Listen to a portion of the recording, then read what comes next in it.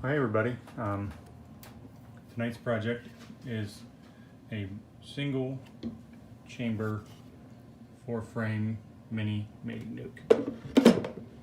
Takes the same frames as the 4-way mini mating nuke I built and used in some other videos. We built this out of scrap 1x8 and plywood and 1x3s and some 1/4-inch scrap plywood. Anyway, fun project. Here a few things for you to know is that it's all butt joint. The rabbit was made with the regular table saw blade. So I'll show you how to make a rabbit without a dado blade and with it being a butt jointed box. Really the only tools you need are a saw. Doesn't even have to be a table saw, just a saw. Other than that, we used the glue and 1-inch narrow crown staples with the pneumatic nailer and top it off with a color-coded entrance disc. So let's get started. So this right below my fingernail is the 5/8 mark, and we already measured the height of the blade to be 5/8. And then what we did is we took our metal ruler with 1/8 increments and we measured 3/8 between the fence and the blade. So I went ahead and marked this one out for visual. What you can see here is this is going to be the waist. So we'll run it through and the blade will take up this to this line.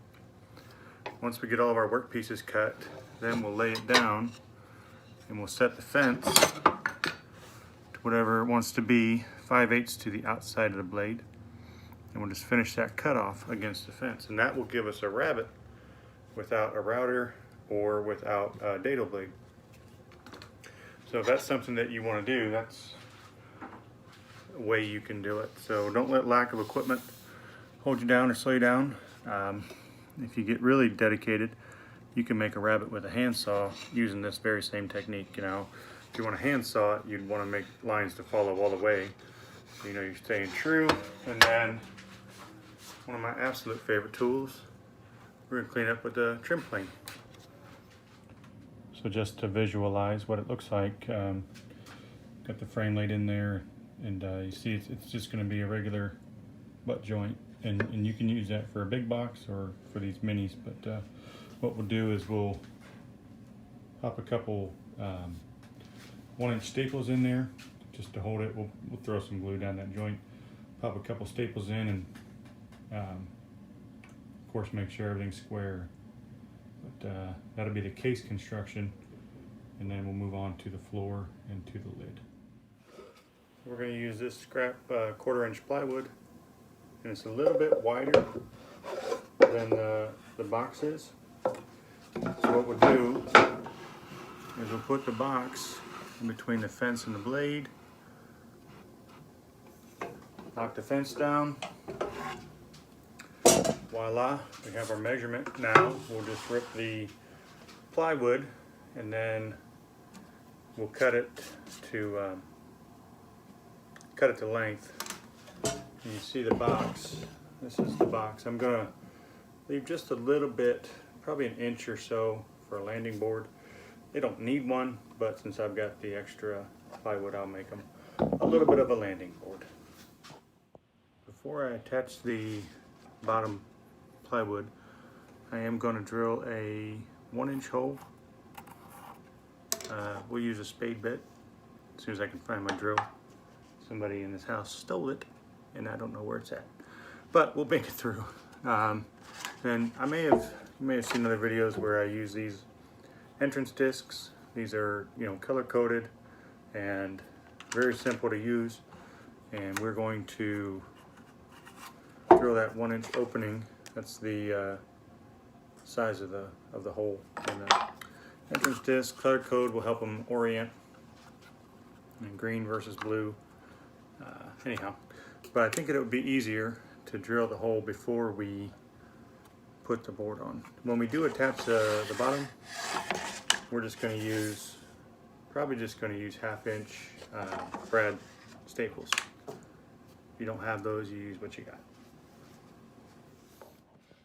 So the last part of this project besides paint is to make the lid, and we're going to make a migratory cover for these, primarily because I am darn near out of material.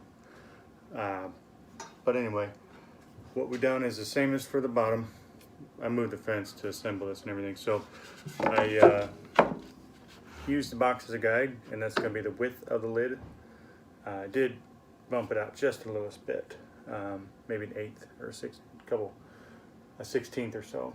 Bump it out, and then I'm going to run the blade through this scrap plywood, and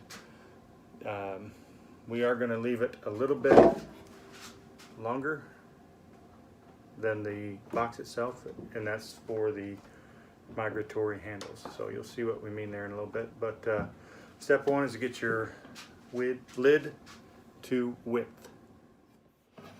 Once you have your lid ripped to width, take your 2-inch measuring block,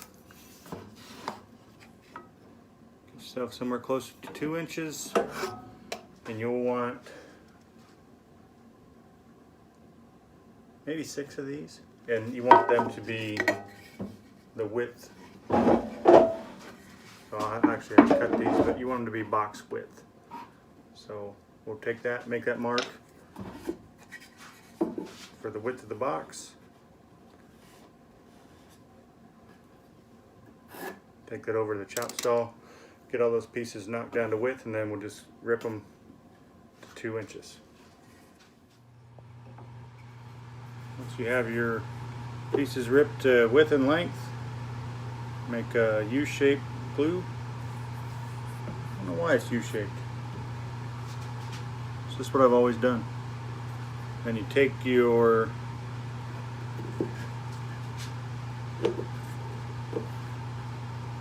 stapler or nailer, which would have been good to have close at hand, but hey, we do what we can do. So I suppose the glue shape doesn't matter, it's the staple shape that matters. So you get it close. What you want to avoid doing is stapling into the frame rest. So you don't want to staple into this in case you blow through. That's what the U-shape's for. Now I'm remembering. Do that on the front and on the back.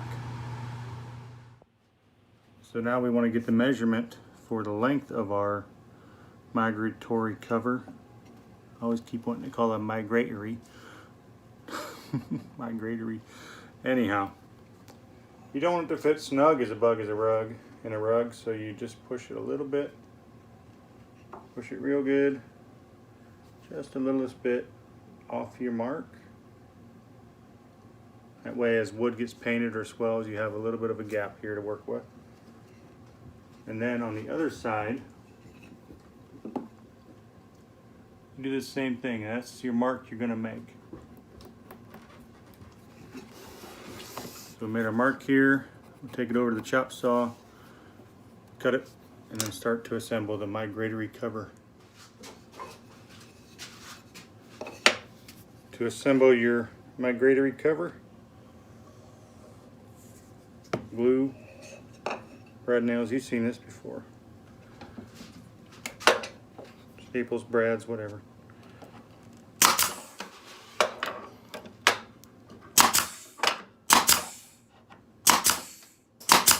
Probably one too many. Oh well.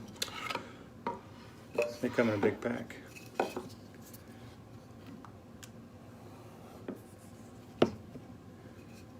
And like most of our projects, the glue is, or the brads or the staples are just there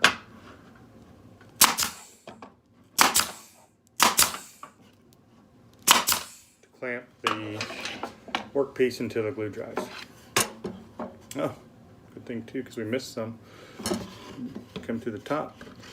Be all right. The bees won't mind. I've yet to have one complain. Now, what we're going to do is we have this is a 1x3, I think. And this was planned anyway, not just to hide our mistakes, but it was planned.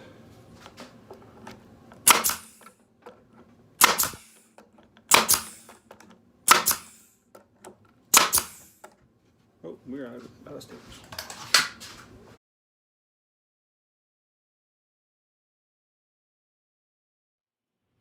The last part of the project that we'll do before we call it done is we will trace out a jar hole.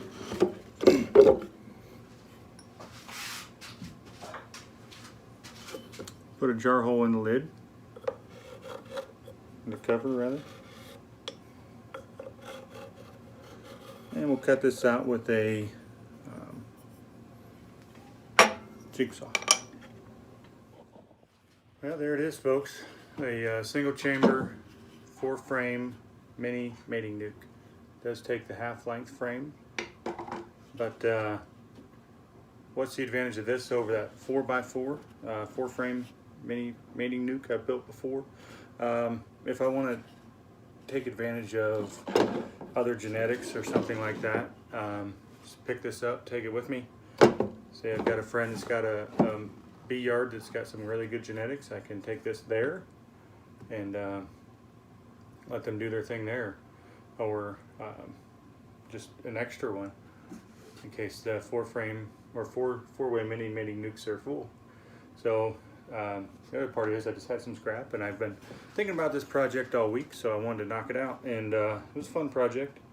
I built 2 at the same time. Like a lot of things, beekeeping stuff, it's simpler to make it in a production style rather than one at a time.